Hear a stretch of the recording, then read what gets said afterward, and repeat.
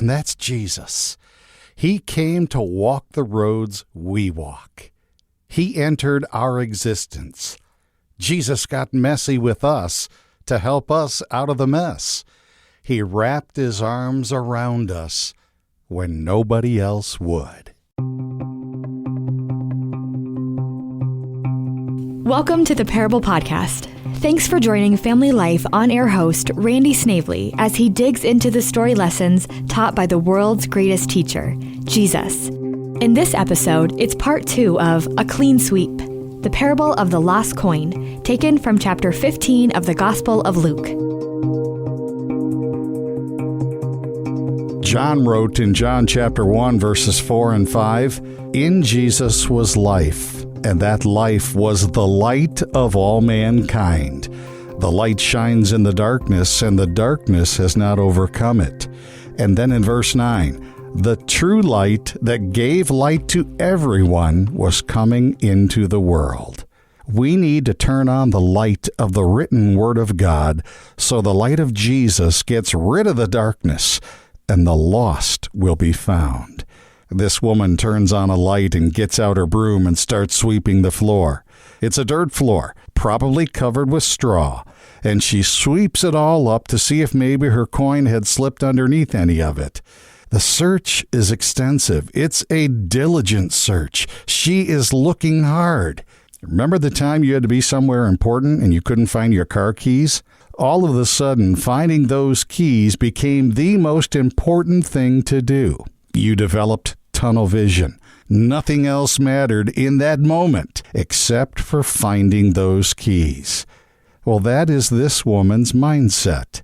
The word used here is epimels. It means to have an urgent sense of care. She is down on her hands and knees, crawling around in the dirt, shining the light as she inches along.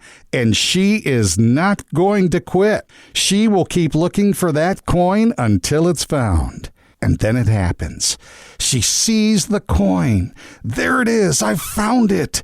The emotions are so great that they can't be kept inside. They come spilling out. There's relief. There's joy. There's jubilation and celebration with their neighbors.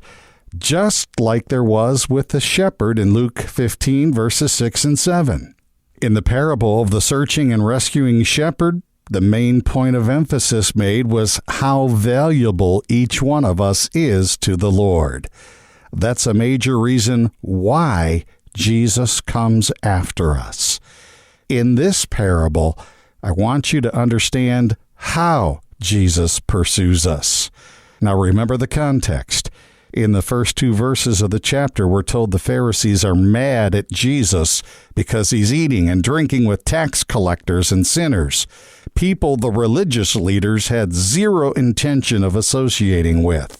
John Rosen was a psychiatrist who lived in New York City. He was unique among his fellow psychiatrists because he loved his patients so much that he moved into the ward with them. Day to day, he shared life with them. He lived the life they lived. If they didn't talk, he didn't talk. But Rosen did something else. He frequently hugged his patients. This highly skilled, highly paid doctor, who was like God to the patients in that he set the limits on their lives, held the unattractive, held the unlovely, held the sometimes out-of-control persons, and literally loved them back into life. Many times when his patients finally did speak, the first words they said were, "Thank you." Like the woman in our parable, Rosen is a picture of Christ. The coins represent people. In order to find one of those lost persons and pull them out of the dirt and the muck, Jesus got down in the mud with him. He crawled through it with us.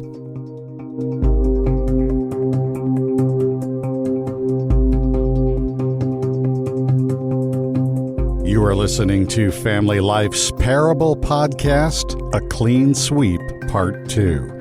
It's taken from Luke chapter 15, verses 8 through 10.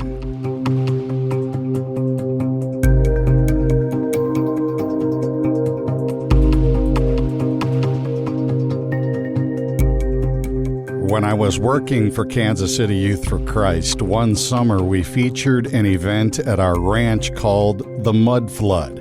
We brought in a backhoe to dig out a trench about 30 yards long and 3 feet deep. Then we flooded the trench with water and threw a lot of dirt back in it to make it very muddy and soupy. We had the teens play games and run relay races in that mud. One of our counselors was a medical doctor. When he heard about the mud flood event, he asked, "What do I do while this is going on?" We told him he could be the post. He got all excited and he said, "All right, I'm the post." What does that mean? When we told him the kids had to race around him and then come back to the start, he got even more excited. And we said, "Wait a minute, Doc. It means they're going to be grabbing onto you so they can stop and turn around. You're probably going to get really muddy and you might even get knocked down and go under the mud." His response, "I'm the post. Who cares if I get muddy? Who cares if I get dirty? This is gonna be awesome. Bring it on." He didn't mind getting down and dirty with the teenagers because he saw the bigger picture. Kids were going to get cleaned up spiritually when they heard the gospel message. And that's Jesus. He came to walk the roads we walk.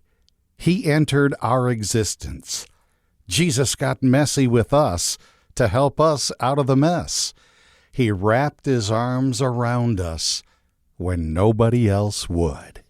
In Mark chapter 5, Jesus does not think twice about getting himself spiritually dirty. He doesn't hesitate to touch a dead person. Jairus' daughter had died, but the Bible tells us Jesus took the dead girl by the hand and spoke to her, and she got up. And before Jesus even got to Jairus' house, an unnamed woman with a hemorrhage touches him. Both ladies were healed. But according to the purity laws of Judaism, both ladies were unclean. Anyone who touched them or came into contact with them would be deemed to be unclean as well. That would bar them from worshiping in the synagogue for several days. But Jesus didn't care. Getting dirty to find lost coins was more important to him than the stigma of others thinking him unclean. Jesus will always meet us where we are.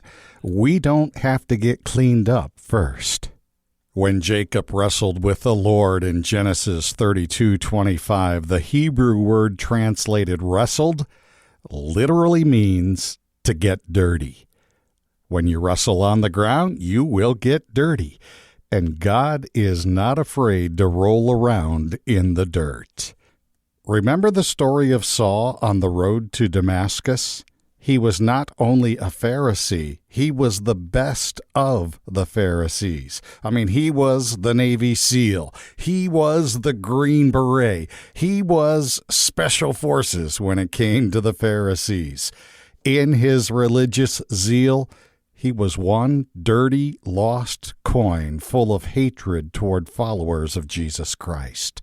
In the evil darkness inside him, on the road to Damascus, the light of Jesus shone down on Saul and revealed how warped his theology was.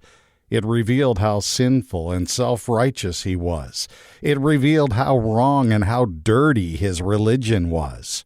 When Saul saw the light, Jesus swept away all the dirt, all the filth, all the evil, and all the sin.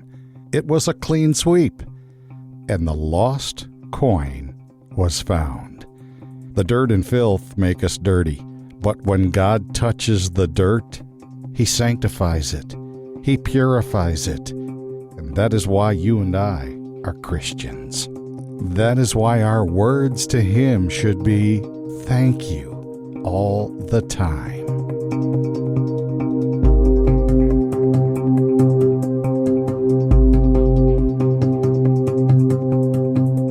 This has been the Parable Podcast with Randy Snavely. Click the subscribe button so you'll know when new episodes are released. And be sure to check out Family Life's other original podcasts, including If That Makes Sense, Business by the Book, and Rise Up with Steve, Therese, and Tim. Family Life is a listener-supported ministry. Your partnership makes podcasts like this possible. Find out more at familylife.org.